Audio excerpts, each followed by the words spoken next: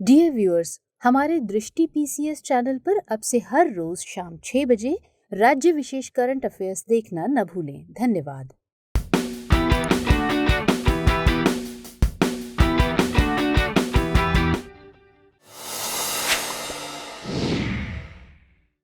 दृष्टि आईएएस के audio article programme में आपका स्वागत है। आज का हमारा आर्टिकल द इंडियन एक्सप्रेस में छपे लेख an opportunity for digital India पर आधारित है। इसमें टीम दृष्टि के इनपुट्स भी शामिल हैं। ये ऑडियो आर्टिकल सामान्य अध्ययन प्रश्न पत्र 2 के सामाजिक न्याय खंड से जुड़ा है। तो आइए लेख की शुरुआत करते हैं, जिसका विषय है डिजिटल पब्लिक गुड्स, अवसर और चुनौतियाँ। हमारे वीडियो अंग्रेजी में देखने के लिए फॉलो करें हमारा ही दूसरा यूट्यूब चैनल दृष्टि आईएएस इंग्लिश। 2020 में आई कोविड-19 महामारी और सोशल डिस्टेंसिंग के कॉन्सेप्ट ने दुनिया भर के लोगों के सामने स्वास्थ्य के साथ साथ कई नई समस्याओं को भी जन्म दिया। इनमें एक पब्लिक गुड से जुड़े विषय भी हैं। इसे लोगों के लिए एक्सेस करना दुरूह बना दिया, मगर डिजिटल तकनीक के सहारे धीरे धीरे इसे एक्सेस करना आसान होने लगा। इससे एक नया कॉन्सेप्ट उभरा, जिसे डिजिटल पब्लिक गुड्स कहा गया। डिजिटल पब्लिक गुड्स का टॉपिक सिविल सेवा परीक्षा के लिहाज से बेहद खास है, लिहाजा इस ऑडियो आर्टिकल में हम इससे जुड़े सभी पहलुओं पर विस्तार से चर्चा करेंगे। तो सबसे पहले जानेंगे कि डिजिटल पब्लिक गुड्स क्या होते हैं, फिर भारत के विकास में इसके योगदान और इसकी राह में मौजूद चुनौतियों पर बात करेंगे, और आखिर में इन चुनौतियों से निपटने के उपायों पर भी चर्चा करेंगे। तो आइए सबसे पहले जानते हैं डिजिटल पब्लिक गुड्स के कॉन्सेप्ट को। यह कॉन्सेप्ट कोई नया नहीं है। यह पब्लिक गुड्स यानी सार्वजनिक वस्तु ही है। फर्क सिर्फ इतना है कि इसमें पब्लिक गुड्स को डिजिटल प्लेटफॉर्म के सहारे डिलीवर या एक्सेस किया जाता है। दूसरे शब्दों में कहें तो digital public goods software model या सामग्री के रूप में पब्लिक गुड्स है, जो आमतौर पर खुले और सार्वभौमिक रूप में मौजूद होते हैं। संयुक्त राष्ट्र संघ के मुताबिक डिजिटल पब्लिक गुड्स को न ही खारिज किया जा सकता है और न ही इसका कोई मुकाबला किया जा सकता है। यह निजता और अन्य लागू अंतर्राष्ट्रीय और घरेलू कानूनों, मानकों और प्रथाओं का पालन करते हुए open source software, open data, open artificial intelligence model, open standard और ओपन कंटेंट आदि किसी भी रूप में मौजूद हो सकता है। आधार इकोसिस्टम, भीम यूपीआई, कोविन और जीएसटीएन आदि इसके कुछ उदाहरण हैं। अगर इस मामले में भारत की स्थिति की बात करें तो यह डिजिटल पब्लिक गुड्स के विकास और उपयोग के मामले में अगुआ रहा है। संयुक्त राष्ट्र संघ ने भी डिजिटल पब्लिक गुड्स को लेकर भारत के एक्टिव रोल की तारीफ की है। भारत कोविड महामारी से पहले से ही इसका इस्तेमाल कर रहा है, मगर महामारी के वक्त और उसके बाद इसके इस्तेमाल की रफ्तार बढ़ गई है। यूँ कहें तो महामारी के समय एकमात्र विकल्प के तौर पर यही मौजूद थी, जिसका भारत ने सफलतापूर्वक इस्तेमाल किया और साबित कर दिया कि यह भारत के भविष्य निर्माण में अहम योगदान दे सकती है। अब सवाल है कि डिजिटल पब्लिक गुड्स भारत के भविष्य निर्माण में कैसे अपना योगदान दे सकता है। सबसे अहम योगदान यह आर्थिक मामलों में दे सकता है और भारत की 2024-25 तक $5 ट्रिलियन की इकोनॉमी बनने के सपने को साकार कर सकता है। आईटी उद्योग निकाय नेस्कॉम के मुताबिक अगर भारत स्वास्थ्य, कृषि, शिक्षा और शहरी शासन जैसे क्षेत्रों में ओपन डिजिटल प्लेटफॉर्म को अपनाता है तो 2030 तक लगभग $700 बिलियन के आर्थिक मूल्य को अपने जीडीपी से जोड़ सकता है। इसके अलावा एक फायदा मेक इन इंडिया पहल को भी हो सकता है। चूंकि भारत डिजिटल पब्लिक गुड्स के क्षेत्र में अग्रणी है, लिहाजा यह दुनिया भर के देशों में made in India digital public goods को भेजकर इस डिजिटल युग में लीडर के रूप में भारत की ब्रांडिंग को बढ़ावा दे सकता है। इससे भारत की न सिर्फ निर्यात के मामले में स्थिति बेहतर होगी, बल्कि भुगतान संतुलन के सकारात्मक रुख अख्तियार करने से विदेशी मुद्रा भंडार में भी बढ़ोतरी होगी। इससे भारतीय अर्थव्यवस्था में मजबूती आएगी।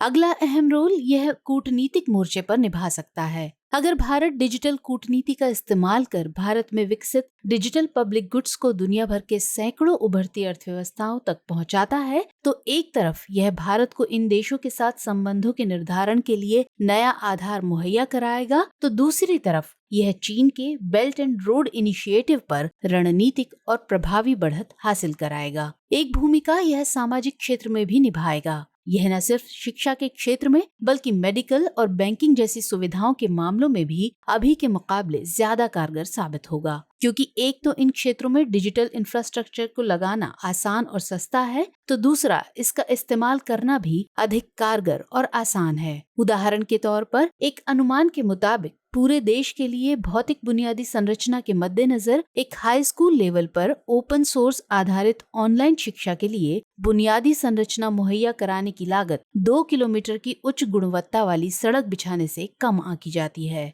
NASSCOM की द प्लेटफॉर्माइजेशन प्ले रिपोर्ट के मुताबिक स्वास्थ्य सेवा जैसे क्षेत्रों में भी सार्वजनिक प्लेटफॉर्मों के इस्तेमाल से जीवन प्रत्याशा में 1 से 3 साल की वृद्धि हो सकती है। दूसरी तरफ 2 से 6 मिलियन वैसे मामलों को हल किया जा सकता है जो अदालतों में 3 सालों से अधिक समय से लंबित हैं। इन सब के अलावा डिजिटल पब्लिक गुड्स को लोगों तक पहुंचाने के लिए जरूरी निवेश तुलनात्मक रूप से बहुत कम है, जिससे देश को कर्ज के जाल में फंसने की संभावना भी न के बराबर है।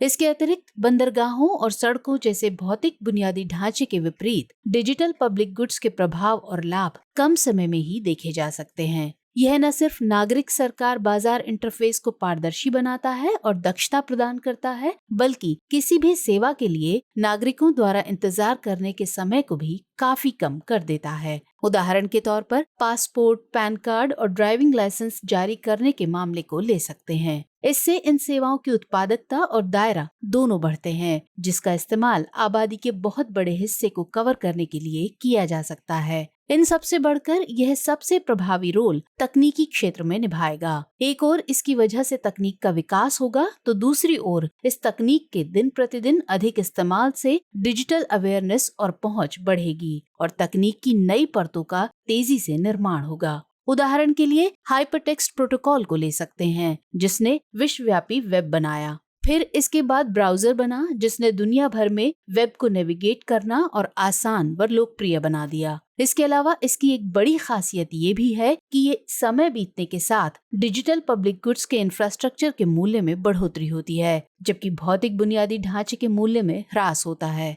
एक योगदान यह राजकोषीय दक्षता में भी दे सकता है। दरअसल डिजिटल पब्लिक गुड्स की लागत कम होने की वजह से एक ओर इसका विस्तार अधिक लोगों तक किया जा सकता है, तो दूसरी ओर बचे धन का इस्तेमाल अन्य किसी भी नए क्षेत्र में किया जा सकता है। इससे देश का विकास और अधिक समावेशी हो पाएगा। आखिरी भूमिका यह शासन व्यवस्था को बेहतर करने में निभा सकता है। इससे न सिर्फ शासन प्रणाली अधिक दक्ष और पारदर्शी होगी, बल्कि कर प्रशासन भी बेहतर होगा। दरअसल यूपीआई जैसे प्लेटफॉर्म की वजह से डिजिटल लेन देन में बढ़ोतरी हुई है। इससे एक ओर कर चोरी की समस्या से निपटना आसान हो गया है, तो दूसरी ओर करदाता और टैक्स अधिकारी दोनों के बीच जवाबदेही और पारदर्शिता में भी बढ़ोतरी देखी गई। मगर कई जानकारों के अनुसार यह अपनी क्षमता के मुताबिक असरदार नहीं हो पाएगी, क्योंकि इसकी राह में कई चुनौतियां पहले से ही सिर उठाए खड़ी हैं।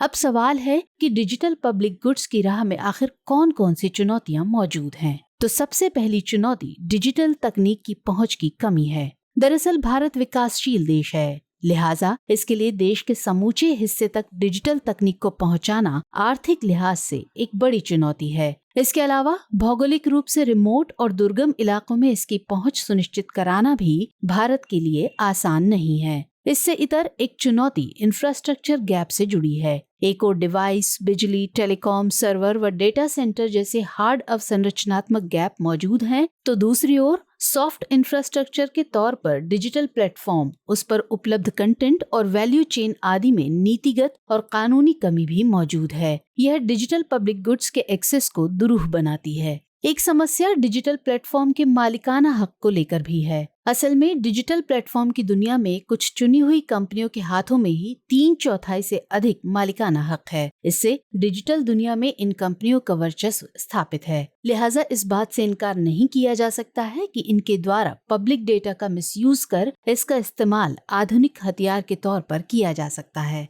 वह भी तब जब भारत में डेटा सुरक्षा से जुड़े कोई ठोस कानून उपलब्ध नहीं है। अगली चुनौती निजता से जुड़े अधिकार को लेकर है। सुप्रीम कोर्ट ने जस्टिस पुट्टास्वामी केस में निजता का अधिकार को अनुच्छेद 21 के तहत मूल अधिकार घोषित किया है। इसके बावजूद भी डेटा प्रोटेक्शन बिल अभी तक चर्चा का मुद्दा ही बना हुआ है। इसके कानून बनाने की दिशा में संसद द्वारा अभी तक कोई ठोस कदम नहीं उठाया गया है। इसके अलावा एक चिंता साइबर सुरक्षा के लिहाज से भी है। असल में पूरे देश के डिजिटल इकोसिस्टम में साइबर हमले से डेटा की संपूर्ण सुरक्षा सुनिश्चित करना बड़ी चुनौती है। हालांकि ट्रांसमिशन और स्टोरेज के लिए सरकार द्वारा उपयोग किए जाने वाले चैनल और डेटाबेस आमतौर पर सुरक्षित होते हैं, मगर फिर भी सिस्टम में मौजूद लोगों के पास गड़बड़ी को रोकने के लिए जरूरी विशेषज्ञता के अभाव में साइबर सुरक्षा का मुद्दा चिंता का विषय बना ही हुआ है। इसकी मिसाल के तौर पर आधार डेटाबेस से जुड़े मामले को देख सकते हैं। अब आखिरी चुनौती कूटनीतिक मसले पर है। दरअसल भारत खुद ही एक इमर्जिंग इकोनॉमी वाला देश है। ऐसे में इस बात से इनकार नहीं किया जा सकता है कि भारत के डिजिटल पब्लिक गुड्स की क्वालिटी और एफिशिएंसी पर अन्य देश संदेह करेंगे। नई पहल के लिए ट्रस्ट डेफिसिट की समस्या झेलना भारत जैसे इमर्जिंग देशों के लिए नई बात नहीं है, मगर अब जरूरी है कि इन समस्याओं से निपटने के लिए समुचित उपाय किए जाएं। यह तय किया जाए कि भारत के लिए आगे की राह क्या हो। तो आइए अब ऐसे में जानते हैं कि आगे की राह क्या हो सकती है। तो सबसे पहले तो निजता से जुड़े मसले को हल करने के लिए डेटा प्रोटेक्शन बिल को अधिनियमित कर उसे कानून का रूप देना चाहिए। इससे न सिर्फ निजता की सुरक्षा सुनिश्चित होगी, बल्कि लोगों को सुरक्षित डेटाबेस भी मुहैया हो सकेगा। इससे देश के भीतर लोगों का विश्वास डिजिटल पब्लिक गुड्स के मामलों में मजबूत होगा। इससे इस गुड्स का इस्तेमाल बढ़ेगा और इसमें एफिशिएंसी आएगी, जो अन्य देशों में पनपे ट्रस्ट डेफिसिट को कम करने में सहायक होगा।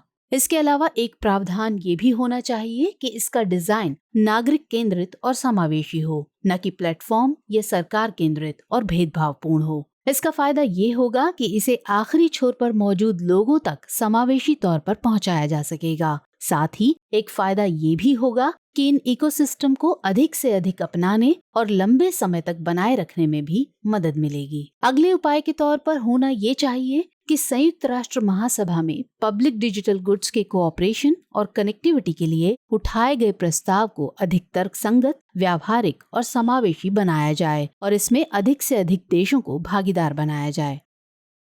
अब आखिर में इस बात को सुनिश्चित करना चाहिए कि डिजिटल पब्लिक गुड्स को सार्वभौमिक बनाने से पहले अधिक समावेशी, जवाबदेह और पारदर्शी बनाया जाए, जिससे अधिकतम लोगों तक अधिकतम लाभ पहुंच सके। कुल मिलाकर सार ये है कि एक समतामूलक और न्यायप्रिय दुनिया बनाने के लिए डिजिटल पब्लिक गुड्स के निर्माण को प्रोत्साहित करने और उसके लिए निवेश को बढ़ावा देने के लिए एक वैश्विक प्रयास की दरकार है। मसलन open source software, open data, open artificial intelligence model, open standard और ओपन कंटेंट आदि। यह न सिर्फ सतत विकास लक्ष्यों को प्राप्त करने की कुंजी है, बल्कि इस महामारी के दौर में आर्थिक विकास को बनाए रखने और गति देने का एकमात्र विकल्प भी है। लिहाजा डिजिटल पब्लिक गुड्स के कॉन्सेप्ट को निजता के साथ साथ अन्य कानूनों, मानकों और नैतिकता के साथ इस तरह सामंजस्य बैठाना चाहिए जिससे किसी को कोई नुकसान नहीं हो।